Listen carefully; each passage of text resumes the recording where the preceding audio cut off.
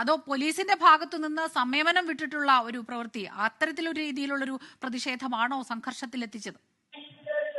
വലിയ പോലീസ് സുരക്ഷ ഇവിടെ ഒരുക്കിയിരുന്നു. പക്ഷേ പോലീസ് പ്രതീക്ഷിച്ചതിലും വലിയ ആൾക്കൂട്ടം എന്നതിനപ്പുറം എത്ര വലിയ ആൾക്കൂട്ടം വന്നാലും സാധാരണ ഇത്തരം പ്രതിഷേധങ്ങൾ നടക്കുമ്പോൾ ജലപീരങ്കി മറ്റും പ്രയോഗിച്ച് പ്രവർത്തകരെ പിന്തിരിപ്പിക്കാനാകും. സാധാരണഗതിയിൽ അതാണ് കണ്ടുവരുന്നത്. ആ ഒരു കണക്കുകൂട്ടലായിരുന്നു ഒരുപക്ഷെ പോലീസിന് ഉണ്ടായിരുന്നത് എന്നതാണ് മനസ്സിലാക്കാനാകുന്നത്. പക്ഷേ ആ കണക്കുകൂട്ടൽ തെറ്റിച്ചുകൊണ്ട് ഈ പ്രതിഷേധ രംഗത്ത് നിന്ന് പിന്മാറാനോ പോലീസിന്റെ നടപടികൾക്ക് മുന്നിൽ മുട്ടുമടക്കാനോ പ്രവർത്തകർ തയ്യാറായില്ല എന്നുള്ളതാണ് ഏറ്റവും ശ്രദ്ധേയം. ഞാൻ നേരത്തെ സൂചിപ്പിച്ചതുപോലെ സാധാരണഗതിയിൽ 2-3 റൗണ്ട് ജലപീരങ്കി പ്രയോഗിക്കുമ്പോൾ തന്നെ പ്രവർത്തകർ പിന്തിരിഞ്ഞു പോകലാണ് പതിവ്. പക്ഷേ ഇവിടെ 3-4 മിനിറ്റ് ഒരേ നിലയിൽ ജലപീരങ്കി പ്രയോഗിച്ചിട്ടും ഈ പ്രവർത്തകർ പിന്തിരിഞ്ഞില്ല എന്നുള്ളതാണ് ഏറ്റവും ശ്രദ്ധേയം. അതാണ് പോലീസിന്റെ കണക്കുകൂട്ടൽ തെറ്റിച്ചത്.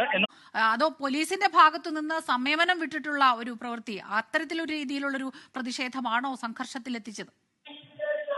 വലിയ പോലീസ് സുരക്ഷ ഇവിടെ ഒരുക്കിയിരുന്നു. പക്ഷേ പോലീസ് പ്രതീക്ഷിച്ചതിലും വലിയ ആൾക്കൂട്ടം എന്നതിനപ്പുറം എത്ര വലിയ ആൾക്കൂട്ടം വന്നാലും സാധാരണ ഇത്തരം പ്രതിഷേധങ്ങൾ നടക്കുമ്പോൾ ജലപീരങ്കി മറ്റും പ്രയോഗിച്ച് പ്രവർത്തകരെ പിന്തിരിപ്പിക്കാനാകും. സാധാരണഗതിയിൽ അതാണ് കണ്ടുവരുന്നത്. ആ ഒരു കണക്കുകൂട്ടലായിരുന്നു ഒരുപക്ഷെ പോലീസിന് ഉണ്ടായിരുന്നത് എന്നതാണ് മനസ്സിലാക്കാനാകുന്നത്. പക്ഷേ ആ കണക്കുകൂട്ടൽ തെറ്റിച്ചുകൊണ്ട് ഈ പ്രതിഷേധ രംഗത്ത് നിന്ന് പിന്മാറാനോ പോലീസിന്റെ നടപടികൾക്ക് മുന്നിൽ മുട്ടുമടക്കാനോ പ്രവർത്തകർ തയ്യാറായില്ല എന്നുള്ളതാണ് ഏറ്റവും ശ്രദ്ധേയം. ഞാൻ നേരത്തെ സൂചിപ്പിച്ചതുപോലെ സാധാരണഗതിയിൽ 2-3 റൗണ്ട് ജലപീരങ്കി പ്രയോഗിക്കുമ്പോൾ തന്നെ പ്രവർത്തകർ പിന്തിരിഞ്ഞു പോകലാണ് പതിവ്. പക്ഷേ ഇവിടെ 3-4 മിനിറ്റ് ഒരേ നിലയിൽ ജലപീരങ്കി പ്രയോഗിച്ചിട്ടും ഈ പ്രവർത്തകർ പിന്തിരിഞ്ഞില്ല എന്നുള്ളതാണ് ഏറ്റവും ശ്രദ്ധേയം. അതാണ് പോലീസിന്റെ കണക്കുകൂട്ടൽ തെറ്റിച്ചത്.